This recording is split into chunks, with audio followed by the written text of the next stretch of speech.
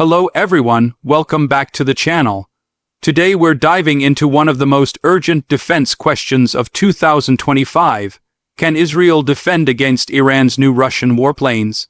This development is more than just a regional power play. It's a major shift in Middle Eastern air power that could redefine the balance of military strength for years to come. In the past few weeks, Iran has reportedly received a fresh batch of Russian-made MiG-29 and Su-35 fighter jets.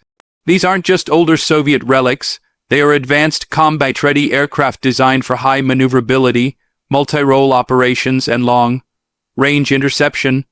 For Iran, this is a huge leap forward in air power.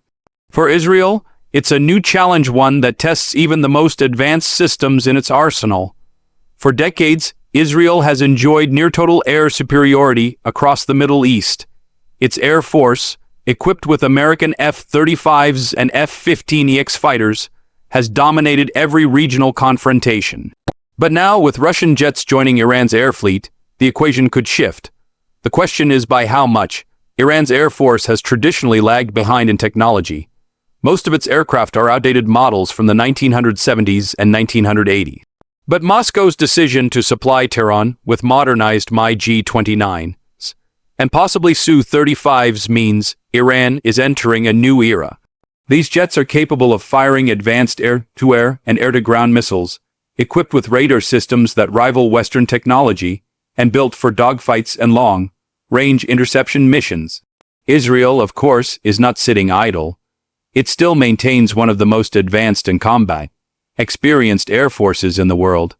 The F-35, Israel's customized stealth fighter, remains unmatched in stealth and electronic warfare capability.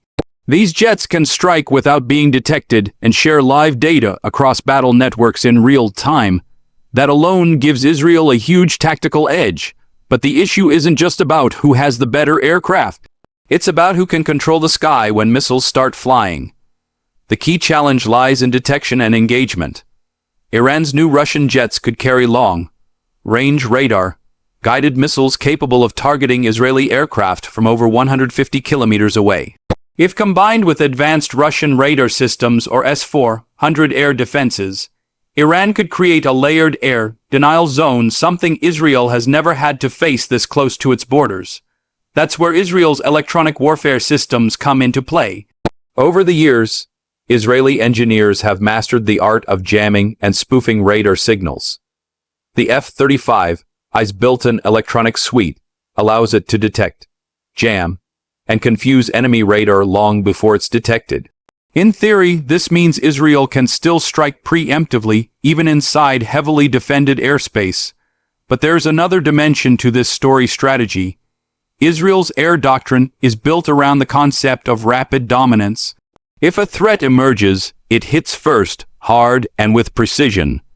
We saw this in Syria, where Israeli jets have struck hundreds of Iranian and Hezbollah targets without suffering losses.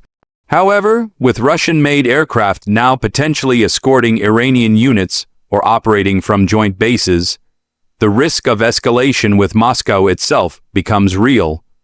Russia's involvement complicates the rules of engagement.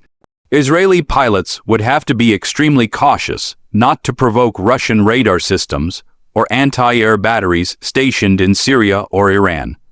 This means that while Israel still has the upper hand technologically, its freedom of action could be politically constrained. Iran, meanwhile, is betting on deterrence. With these new jets, Tehran can claim it's no longer defenseless against Israeli air raids, even if its pilots lack the combat experience of their Israeli counterparts. The symbolism is powerful. The message to Tel Aviv and Washington is clear: we can hit back. But can Iran really go head-to-head with Israel's air force in a real war? Realistically, not yet. Israel's pilots are among the best trained in the world, with thousands of flight hours and constant exposure to real combat missions. Iran's pilots, on the other hand, have limited recent battle experience. Modern aircraft require not only high-end hardware but also well-trained operators, ground crews, and logistics. Without those, even the most sophisticated jets lose effectiveness quickly. However, we cannot underestimate Iran's learning curve. With Russian advisors helping them integrate these new aircraft, Iran's air force could become far more capable within a few years. Russia's involvement also means the transfer of tactics, maintenance protocols, and electronic warfare techniques. Over time, this could close part of the gap between Iran and Israel. In response, Israel is already expanding its training and upgrade cycles. The F-35 fleet is receiving continuous software and systems updates. New weapons integration, such as precision stand-off missiles and drone coordination, make these jets even more lethal. Israel is also increasing cooperation with the United States, particularly in joint drills designed to counter Russian-style air tactics. Another factor worth noting is missile defense.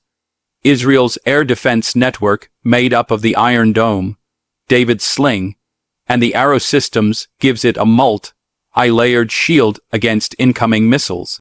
But those systems are designed primarily for rockets and ballistic threats, not enemy jets. In the event of a full-scale air war, Israel would rely on its air force to take out Iranian launch bases before they could strike. Iran, on the other hand, is developing its own multi-layered defense with Russian support. The integration of MiG-29s and possibly Su-35s alongside S-300 or S-400 missile systems could create overlapping coverage zones.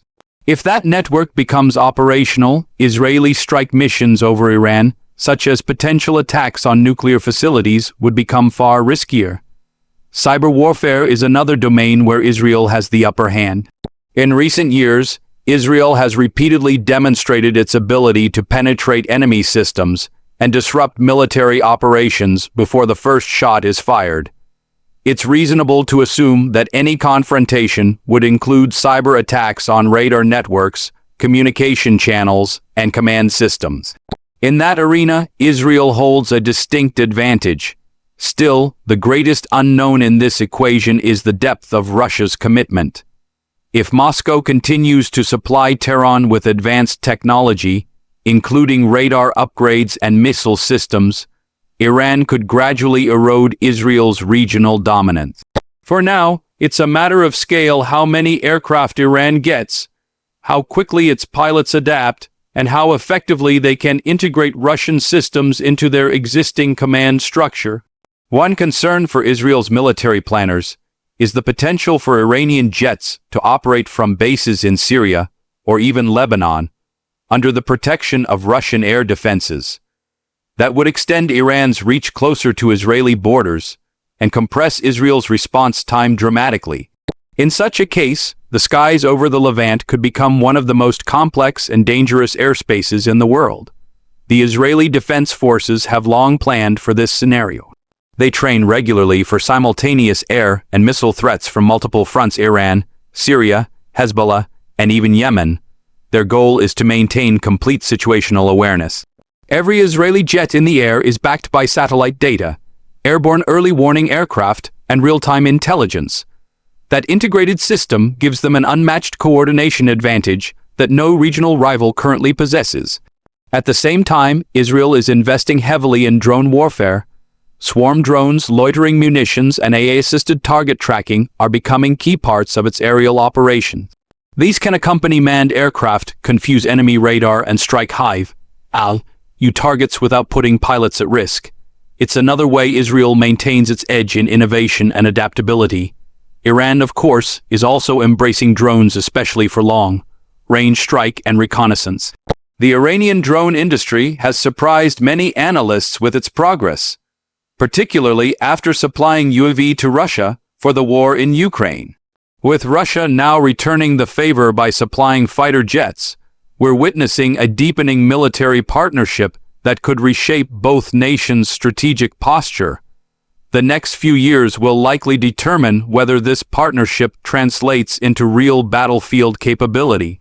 If Iran successfully integrates these jets, upgrades its radar, and trains its pilots under Russian guidance, Israel will have to rethink its operational assumptions.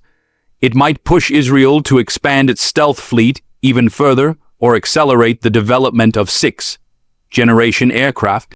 For now, the general consensus among defense experts is that Israel still maintains the advantage both technologically and tactically. The F-35I remains the single most advanced jet in the region, capable of evading detection and striking with precision. But the margin for error is shrinking. Iran's new jets may not immediately change the balance of power, but they add another layer of complexity to Israel's defense planning. At the political level, this new arms dynamic could trigger a regional arms race. Saudi Arabia and the UAE might seek additional Western jets to counterbalance Iran. Turkey could expand its own domestic aircraft program. The Middle East sky could soon become a crowded, high-stakes arena of competing technologies and shifting alliances. Ultimately, the question, can Israel defend against Iran's new Russian warplanes, depends on more than just aircraft specs. It's about strategy, training, intelligence, and the will to act. Israel has proven time and again that it can adapt faster than its adversaries. Iran, on the other hand, is determined to change the game and challenge Israel's dominance head-on. In the end, what we're witnessing is not just a military contest, but a technological and psychological one. The next encounter between Israeli and Iranian aircraft, whenever and wherever it happens, will test not only their machines, but also their doctrines, alliances, and nerve. Thanks for watching, and if you found this analysis informative, make sure to like, subscribe, and share it with others who follow global defense developments. Stay tuned for more updates right here on Ballistic Beacon, where we break down the world's most critical military stories with precision and clarity.